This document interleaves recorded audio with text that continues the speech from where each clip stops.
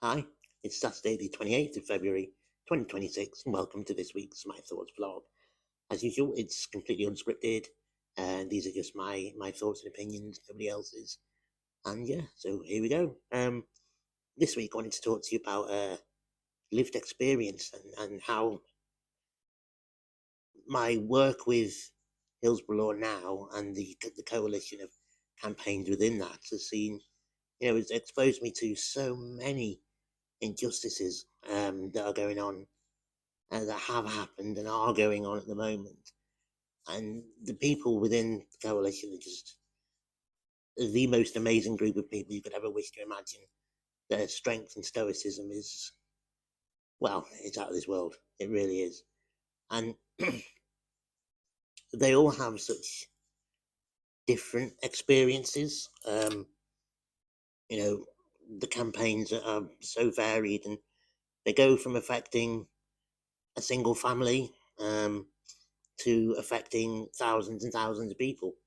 The scope is huge. The breadth and depth of the experience is massive. And all these negative experiences that we've had at the hands of the state, something positive, I think, is going to happen. And what I'm thinking about is I'm a member of something called the Research Advisory Group and to the Centre for People's Justice, because they're doing research into the implementation and training of the duty of candour for public authorities. And they've decided that, to involve people with lived experience of what it means to not have a duty of candour and to have fought and campaigned because of it.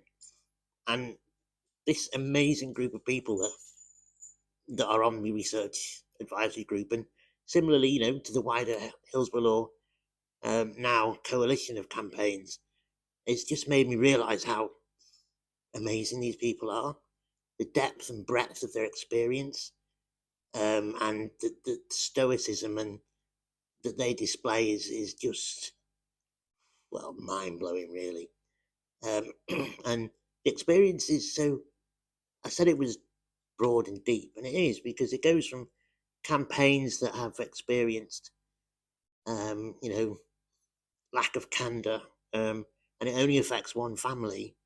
And then there's campaigns within the coalition where it's affected thousands, but they're all equally valid, because any one of those situations, be it the one that will affect one family or the one that affects thousands, it could happen to you, it could happen tomorrow.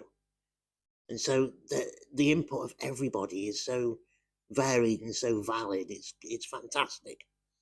And being part of this group is just a privilege. And it shows how, that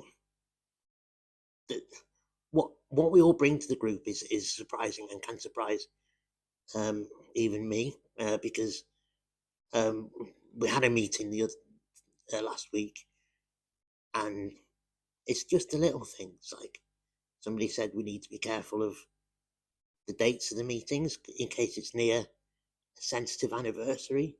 I hadn't thought of that, because nuclear test veterans have so many anniversaries of different operations and different bombs, and the men went out there over so many varied years. There isn't, apart from like the first nuclear weapons test, it's the only real anniversary that we sort of mark.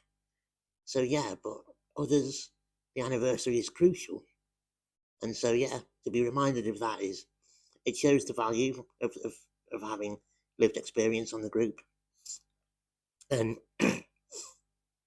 I was just thinking that the reason for having us, why bother using people with lived experience? Surely academics and the lawyers and all those sorts of people should be able to crack on just fine without us. But no, we bring something different. And I suppose if had you never experienced what this group has experienced, you might not believe some of the things that have happened to us at the hands of the state and thereafter in the campaigns. It's true, the truth is stranger than fiction, and we are living proof of that. So it's hats off to the Centre for People's Justice for using lived experience as a resource, because it's so valid, and it's going to make the research so rich and inclusive, and I just think it's brilliant, and it really is a privilege to be there and in the group and helping, and be really interesting to see how it goes. So yeah, that's it's positive from a negative, isn't it? Positive outcome from negative situation, and that's, I think, what we should all try and do. Try and pull the positives out. And the second thing I want to talk about is well, it's kind of kicked off today, hasn't it? In the Middle East again, as we this week have remembered the anniversary of 30 years since the start of Gulf War One. It seems that we're being thrown into, well, not we, but it might happen.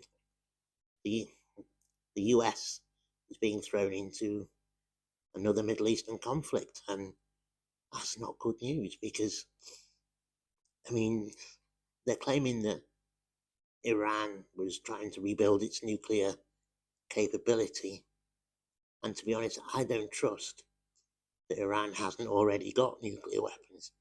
I don't trust them not to use it, and I don't trust Mr. Trump not to use his. I just don't trust either of them, and it really scares me, because if nuclear weapons are used, it's never just those in power that suffer, is it? They're not a precision weapon. They're a mass casualty weapon. They're going to destroy innocent lives. They're going to destroy towns and cities. And they're going to make that land uninhabitable thousands of years. And all for what? Stuff that can be done with conventional weapons. It's just wrong. We should not be using them. We should not have them. I don't trust anyone that has them.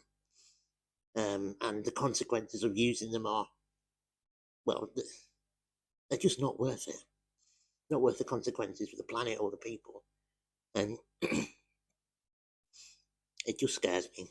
And I think I won't be the only one in the nuclear community who is deeply worried by this turn of events.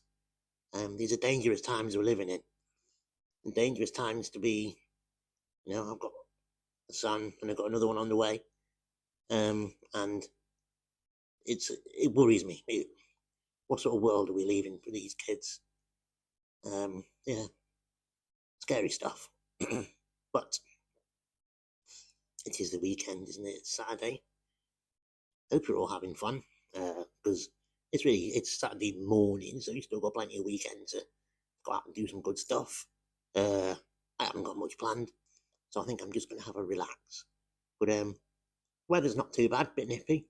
But whatever you're doing, have a great weekend, and I shall see you hopefully next week. And don't forget, any questions, leave them in the comments, and I will answer them next week. Thanks for watching, and I'll see you soon. Bye now.